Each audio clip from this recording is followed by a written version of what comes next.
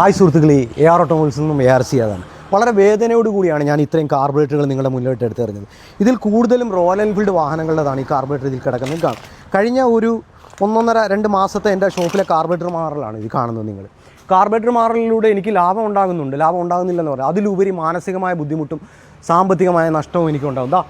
ഈ ഒരു ഫാസിനോയും നമ്മുടെ ഷോപ്പിൽ കാർബറേറ്റർ മാറാനായിട്ട് എത്തിയതാണ്. ഈ വാഹനം ഏതാണ്ട് 2019 മോഡലാണ്. കഴിഞ്ഞ ഒരു 10 വർഷത്തിൽ കൂടുതലായി ഞാൻ 2 വീലർ രംഗത്തേക്ക് കടന്നു വന്നിട്ട്. പക്ഷേ ഇത്രയും കാർബറേറ്റർ മാറുന്നത് ഇത് ആദ്യമായിട്ടാണ്. നമ്മുടെ മാറി വരുന്ന സർക്കാരുകൾ നമ്മുടെ രാജ്യത്തെ സേവിക്കാനാണെന്ന് പറഞ്ഞുകൊണ്ട് കക്കാൻ വേണ്ടി തന്നെയാണ് ഇവന്മാർ വരുന്നത്. ജന്തർ മന്ത്രികൾ ഇനിയും ആവർത്തിച്ചില്ലെങ്കിൽ കർഷകർക്ക് നേട്ടം ഉണ്ടാക്കാമെന്ന് പറഞ്ഞാണ് നമ്മൾ എഥനോൾ മിക്സ് ചെയ്തുകൊണ്ടിരുന്നത്. വെറും 10% ഉണ്ടായിരുന്ന എഥനോൾ 20% മിക്സ് ചെയ്തതിന് ശേഷമാണ് നമുക്ക് കൂടുതലും ഇഷ്യൂസ് വന്നത്. ഇതിൻ്റെ ഇരട്ടി കാർബറേറ്ററുകൾ എൻ്റെ ഗോഡൗണിൽ കിടപ്പുണ്ട് കേട്ടോ, മാറിയത് സ്ക്രാപ്പിൽ. ഇന്നും കുറേ കസ്റ്റമർ ഈ വാഹനം നമ്മൾ പണിത് വിട്ടതാണ്, അതേ അവസ്ഥയിൽ തന്നെയാണ് ഇതും വന്നിരിക്കുന്നത്. കംപ്ലയിൻറ്റ് ആയിരിക്കുന്ന റോയൽ എൻഫീൽഡ് കാർബറേറ്റർ മാറാൻ വന്നിരിക്കുന്നതാണ്. ഈ മാറിക്കൊടുത്തിട്ട് പിന്നെയും ഒരാഴ്ച കഴിയുമ്പോൾ 2 ആഴ്ച കഴിയുമ്പോൾ നിങ്ങൾ പണിത് തന്നെയാണെന്ന് പറഞ്ഞ് ഞങ്ങളുടെ നെഞ്ചത്തോട്ടായി വന്നുകൊണ്ടിരിക്കുന്നത്. ഞങ്ങൾ ഈ ടെക്നിക്കൽ ഫീൽഡിൽ നിൽക്കുന്നതുകൊണ്ട് ഒരുപാട് ടെൻഷൻ ഉണ്ടാകുന്നുണ്ട്. നിങ്ങളൊരു കാര്യം മനസ്സിലാക്കണം, രാഷ്ട്രീയം എല്ലാവർക്കും ഉണ്ട്, പലതും ഉണ്ട്. നിങ്ങളിപ്പോൾ കുറേ ആൾക്കാർ തെറി വിളിക്കാനും അത് പറയാനും ഇത് പറയാനും ഒക്കെ വരും. നിങ്ങൾ ചിന്തിക്കേണ്ട ഒരു വലിയ കാര്യമുണ്ട് സഹോദരന്മാരെ, നിങ്ങളൊന്ന് മനസ്സിലാക്കണം. കഴിഞ്ഞ വർഷം നമ്മൾ പറഞ്ഞ് കേട്ടായിരുന്നു 3 ലക്ഷം രൂപ നഷ്ടത്തിയിരുന്ന കമ്പനി 100 കോടി ലാഭത്തിലിരിക്കുന്നു എന്ന് പറയും. എൻ്റെ നിങ്ങളുടെ അവസ്ഥ എന്താണ്? നമ്മുടെ ലോൺ അടയ്ക്കാൻ വേണ്ടി നമ്മൾ ബുദ്ധിമുട്ടിക്കൊണ്ടിരിക്കുകയാണ്. നമ്മുടെ ജീവിതത്തിൽ ഓരോ ദിവസത്തെയും നമ്മുടെ കാര്യങ്ങളൊന്നും നീക്കാൻ വേണ്ടി. ഇവൻ്റെയൊക്കെ വീട്ടിലെ അവസ്ഥ എന്താണ്? കൂടിയ കാറുകളും കൂടിയ വാഹനങ്ങളും ഒക്കെ ഇവന്മാർ ഉപയോഗിക്കുന്നത്. നമുക്കൊരു കാർബറേറ്റർ മാറാനുള്ള അവസ്ഥയുണ്ടോ? ഇത് മാറുന്നതിൻ്റെ ലാഭം എനിക്ക് വേണ്ട. ജന്തർ മന്ത്രർ ആവർത്തിക്കണമെന്നാണ് ഞാൻ പറയുന്നത്. ഈ എഥനോൾ മിക്സിങ്ങിൻ്റെ പേരിൽ ജന്തർ മന്ത്രർ ആവർത്തിച്ചില്ലെങ്കിൽ നമ്മുടെ നാട്ടിലെ സാധാരണക്കാർ, ഈ 2 വീലർ എന്ന് പറഞ്ഞ ഒരു സാധാരണക്കാരൻ്റെ സ്വപ്നമാണ്.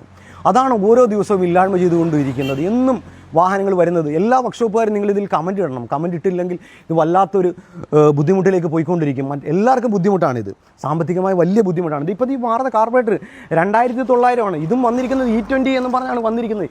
എത്രത്തോളം ഗുണം ചെയ്യുമെന്ന് എനിക്കറിയാൻ വയ്യ. E20 കാർബറേറ്റർ എന്ന് പറഞ്ഞാണ് വന്നിരിക്കുന്നത്.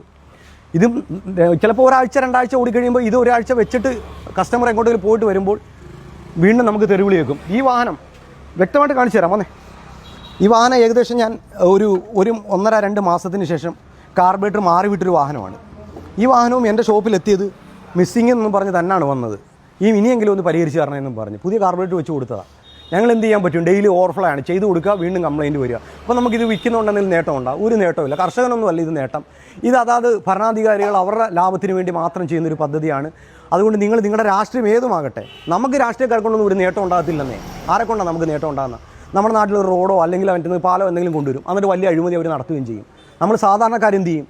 നമ്മൾ കൂടപ്പറപ്പുകളെ പോലെ കഴിയേണ്ട നമ്മൾ തമ്മിലടിക്കുകയും തമ്മിൽ തെറി പറയുകയും ചെയ്യും.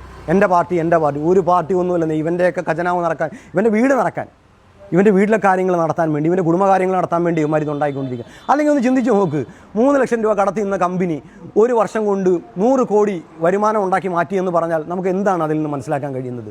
ഇതിനോട് കൊണ്ട് ആർക്കാണ് നേട്ടം? ഇവിടുത്തെ സാധാരണക്കാരന് കർഷകർക്ക് നേട്ടമുണ്ടോ? ഇല്ല. പൊല്യൂഷൻ എന്താ കൺട്രോൾ ചെയ്യുന്നതെന്നാണ് പറയുന്നത്. ഇവർ 10% കിടന്നു, ഇനി അവർ 30 പോകുന്നൊക്കെ പറയുന്നത് കേട്ട്. എന്തായിരിക്കും അതാ? ഇന്നൊരു കോടതിയുടെ വിധി വന്നു, ഒരു കസ്റ്റമർക്ക് വണ്ടി മാറിക്കൊടുക്കണം. ഒരു മാരുതിയുടെ ഗ്രാൻഡ് വിത്താർ ഏതാണ്ട് നമ്മുടെ സംസ്ഥാനത്തല്ല, മറ്റൊരു സംസ്ഥാനത്താണ്. അവരെന്ത് ചെയ്തു? ഈ എഥനോൾ കാരണമാണ് ഈ ഒരു ഇഷ്യൂ വന്നിരിക്കുക. ആ ഒരു വാർത്തയും ഞാൻ ഇന്ന് കണ്ടായിരുന്നു. എന്തായാലും നിങ്ങൾ പ്രതികരിക്കണം. ജന്തർ മന്ത്രർ ആവർത്തിച്ചില്ലെങ്കിൽ നമ്മൾ വലിയ വില കൊടുക്കേണ്ടി വരും നമ്മുടെ തലമുറ നാളെ. ആരോടും ഒരു രാഷ്ട്രീയപരമായ എതിർപ്പൊന്നും കൊണ്ടല്ല, സഹി കെട്ടിട്ടാണ് ഇതുപോലൊരു വീഡിയോ ഞാൻ ചെയ്യേണ്ടി വന്നത്. വീണ്ടും പുതിയൊരു വീഡിയോയുമായി കാണുന്നവരെ ബൈ.